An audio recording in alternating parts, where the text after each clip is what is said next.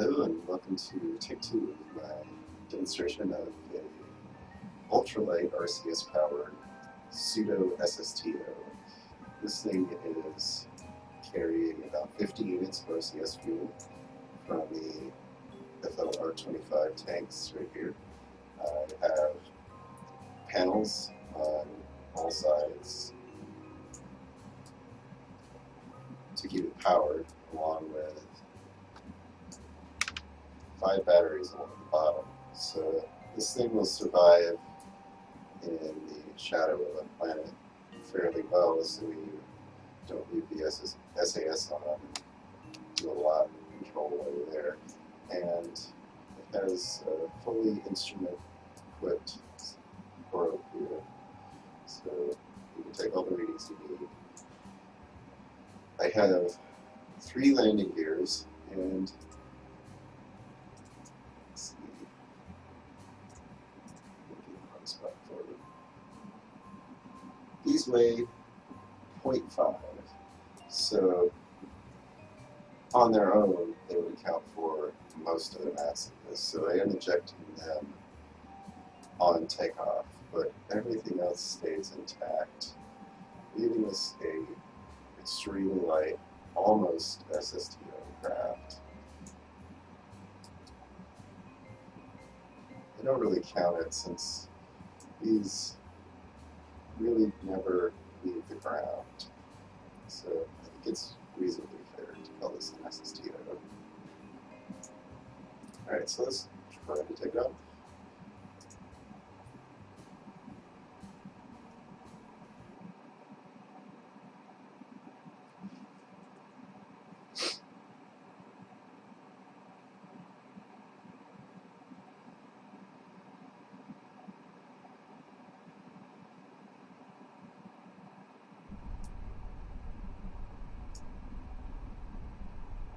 Here it is, hanging out on the runway. Try to make use of it before we take off. Hopefully it doesn't get destroyed. Alright, I think we'll be fine. To turn on my RCS. I'll leave the SAS off for now. And since it's just RCS powered, I don't need throttle, but I have to hold down H in order to accelerate here. And I'll have to continue to do that along the way. I'll just use up the entire runway here. And as soon as I get to the end of the runway, I'll hit space to break away the landing gear.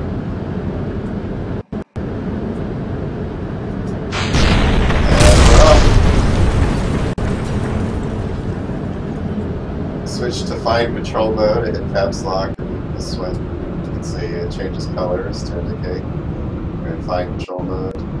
I'll turn my SAS on just to give me a little bit finer control here as well. I guess it doesn't really matter at this stage. I'll leave it off. You see, I'm decelerating a little more quickly than I'd like. Really want to get to about 100 meters per second, so I'm going to pitch down. I'm actually just not pressing any directional keys right now, so it's just kind of dropping on its own. And my heading's getting fairly far off, and my speed's catching up, so I'm going to roll to get my heading back to around to 90 and then level off. It's pretty touchy. I've got relatively large control surfaces here. Really want to be around, I keep pitching up too far, really want to be around 45 degrees right now.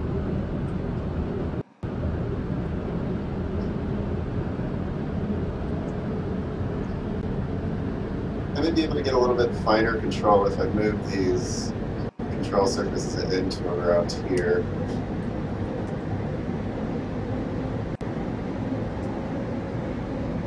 Right now it just rolls a little too aggressively. I'll change just with a quick tap, not that far.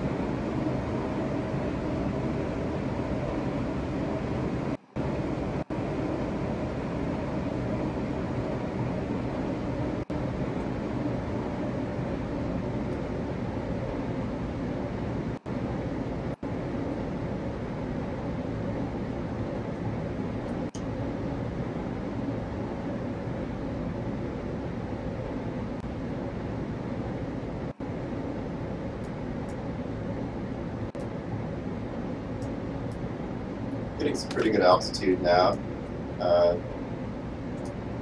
Not doing as good a job as I normally would keeping my heading on, but not doing too bad. I think I can start pitching up a little more aggressively. I'll turn on my SAS. That'll help me stabilize better at this point. I won't pitch down as quickly.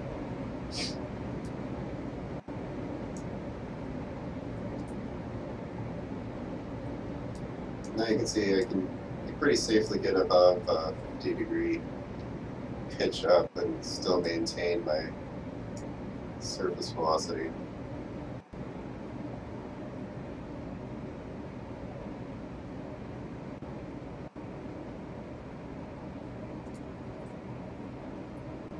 Now that I'm over 11,000 meters, I'm going to go out to my map view and take a look at where I stand here. So you can see my apoapsis isn't really very far ahead of me. It's only a few seconds. If I go further, but just keeping myself pitched up as far as I can. And I really want to get to about 100,000 meters just because that's where I've been putting things in orbit recently. It's a pretty nice spot. If you're actually trying to do rendezvous with, say, if you've got a space station at 100,000 meters, you know, if you wind up behind it, you can safely put whatever you're trying to get to rendezvous with it in a lower orbit to catch up. So, if it's at 100,000, you can safely go down as low as 70,000. That will allow you to catch up pretty quickly. Personally, I actually time my launches, so I can manage to do a rendezvous within a single orbit usually. But it's still nice to have that wiggle room if you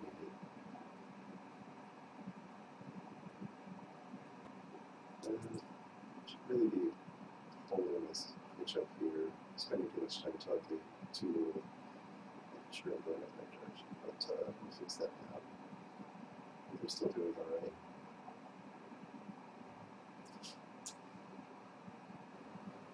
I am getting pretty well out of the atmosphere. As soon as I actually get out of the atmosphere, I'll basically be controlling myself directly with the SAS and RCS, and it'll be a little bit more manageable. But for now, still in the air, still using my control surfaces. It's pretty thin though, so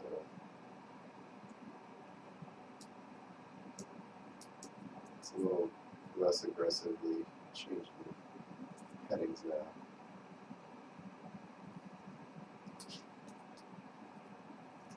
I just accidentally turned my RCS off. I don't mess me up a little bit. I was trying to hit E with my other hand, but I did it wrong.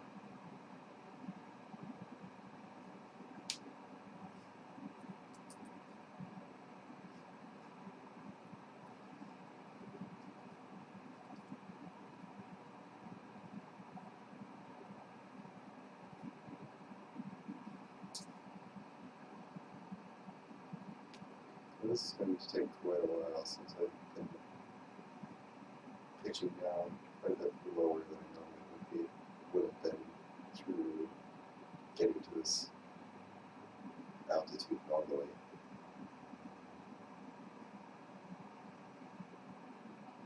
My apoapsis is still a few seconds ahead of me. You can see that my prograde is just above horizon, so I'm really just barely gaining altitude right now.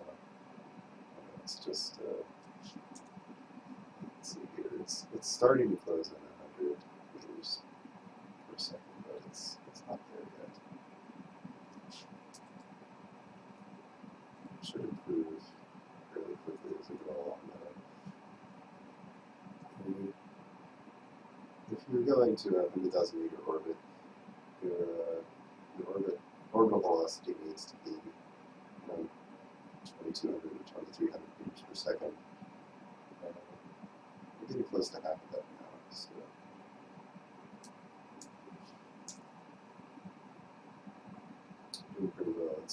wide arc.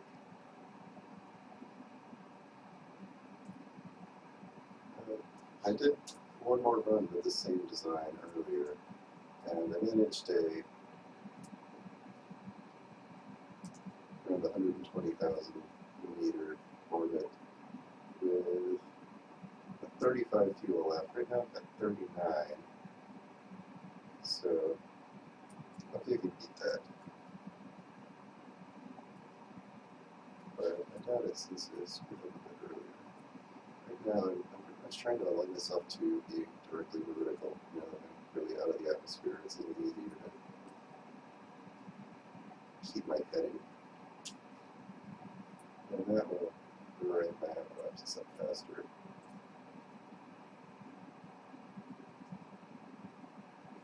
Maybe I'll point myself like 80 degrees out. So I'm still adding a little bit to my orbit, possibly.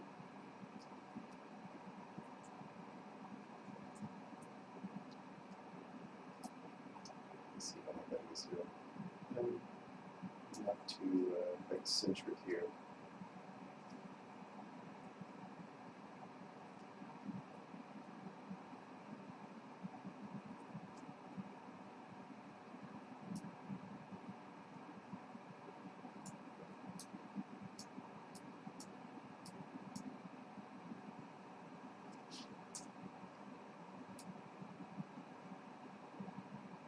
Pretty far from KFC now.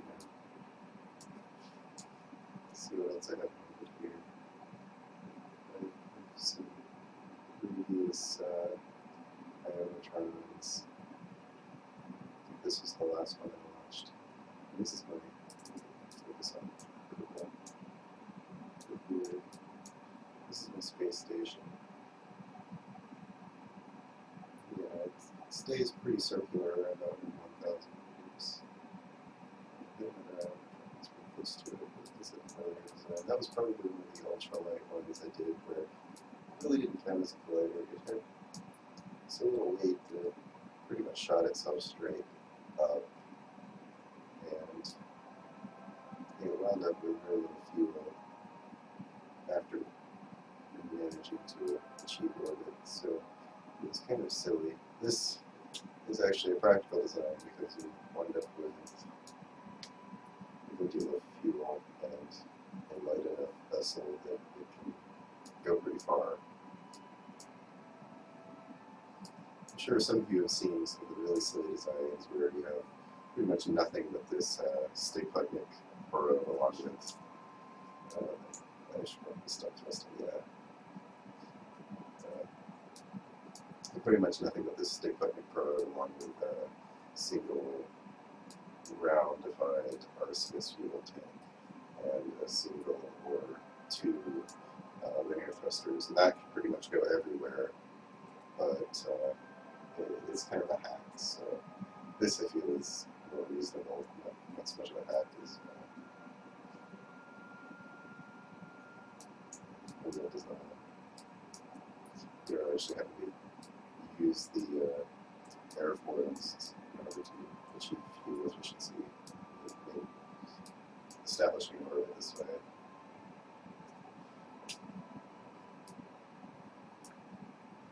Maybe we should focus back on the actual vessel,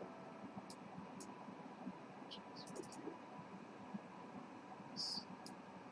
So should probably just really close to my hand. So to establish a target here pretty quickly. Spend too much time talking right there. That's good. So I need to begin thrusting immediately.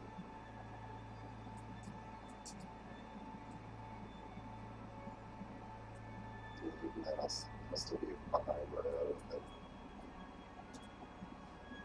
But I'll still be with it. I set my avalanches a little bit higher than I intended. Again,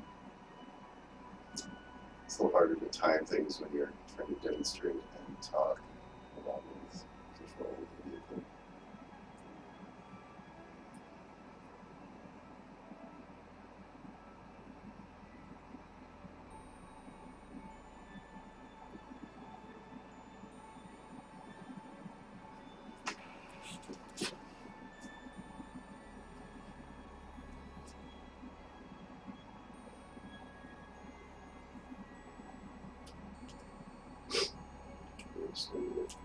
myself a line to the blue marker, just leave my RCS on for a bit.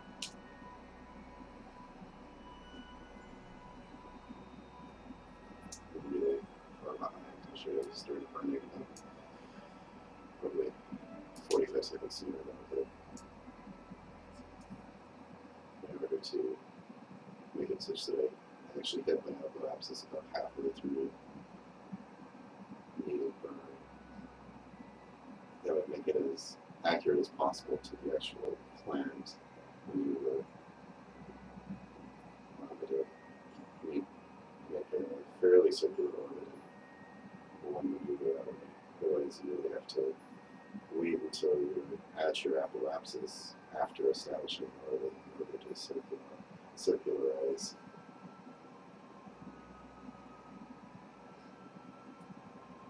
Now my apoapsis is going to be much higher than my periapsis. What's going to stop us? Yeah, so my periapsis is out of the atmosphere. So now, in order to circularize it, if I wanted to just do it exactly where my apoapsis stands, I could just go directed to the apoapsis, but I think I'll actually establish it at 100,000. This first maneuver.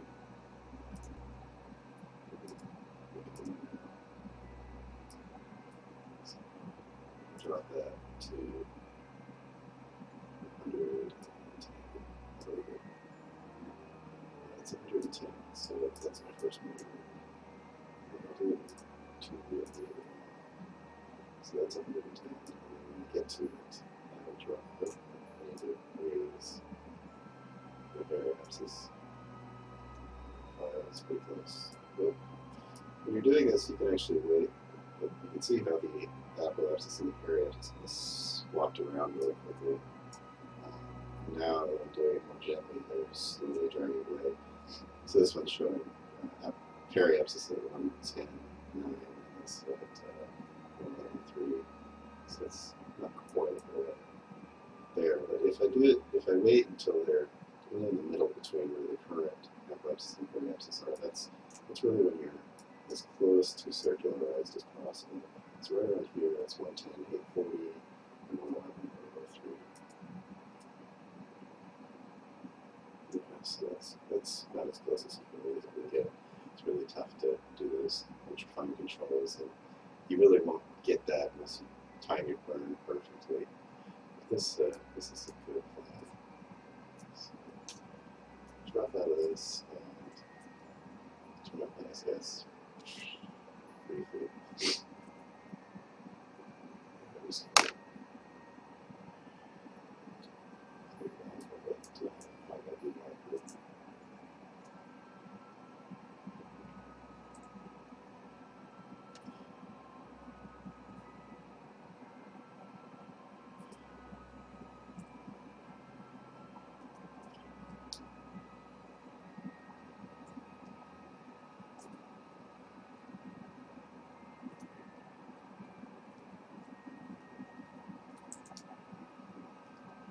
This first burn is to drop my apoapsis and pretty much go to retrograde.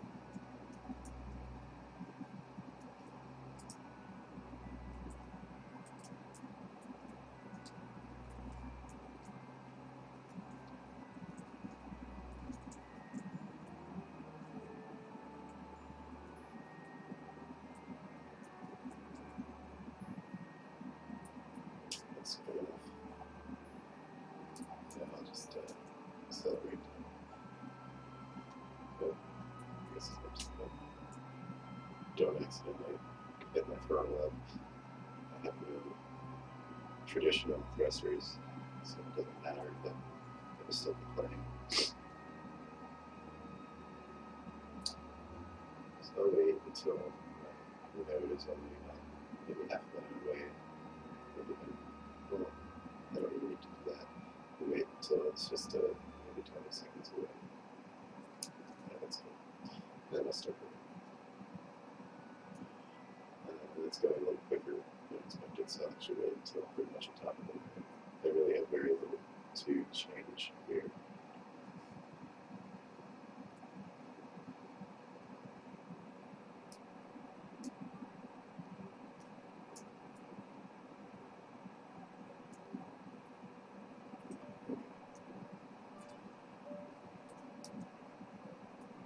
dark, you can see I've only gone through just a little bit of power, even making those numbers.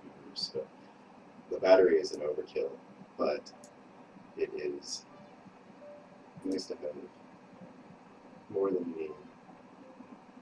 need. And these are extremely light, so really changed the design very little in terms of weight balance and total mass.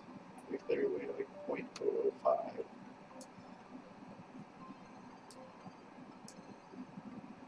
Alright, so I want to get rid of this first maneuver now that I'm done with it, just to make things a little clearer. And my next is coming up in 15 minutes, so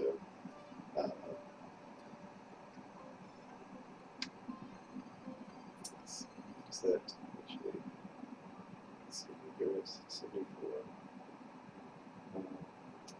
When I changed this, or when I did this, I wound up giving me a different Apple Watch system version of that. So I guess I'll actually make my new maneuver right at the actual new Apple Watch system.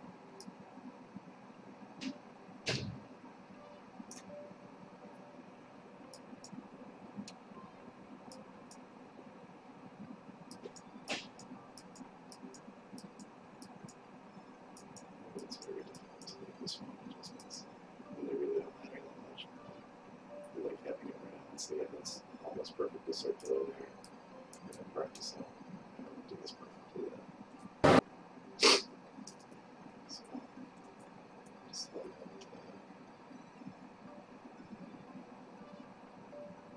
You can see even just rotating my vessel at this point will actually move my marker just because I have so little thrust to actually direct it at it.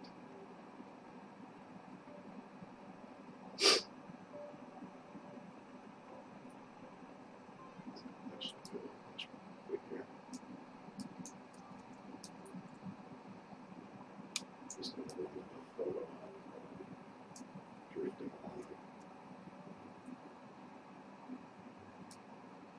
Get a pretty good view of the vessel this way.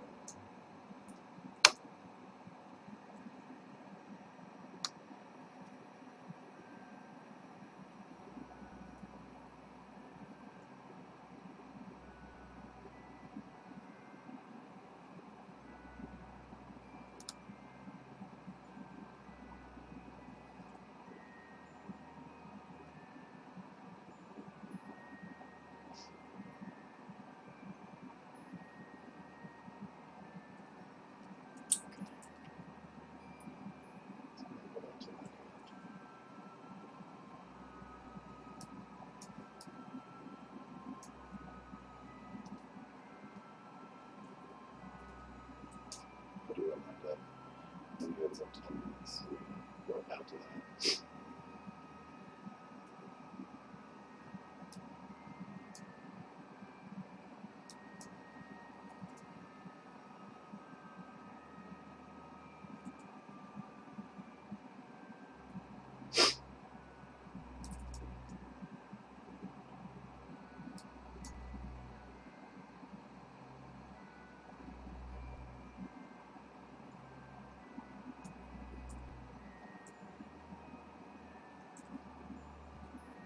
Just do some fine adjustments here.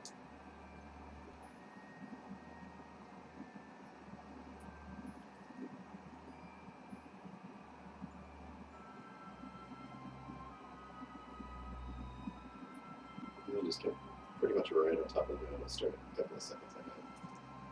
Right here.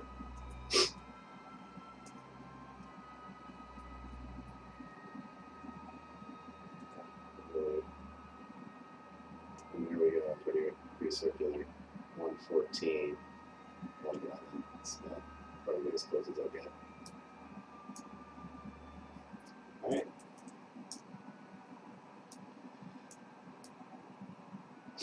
Well, this is my pseudo-ssto ultralight RCS powered instrument probe with 34.27 plenty, given how extremely light this is, to get all over the Kerbal system. Thanks for watching.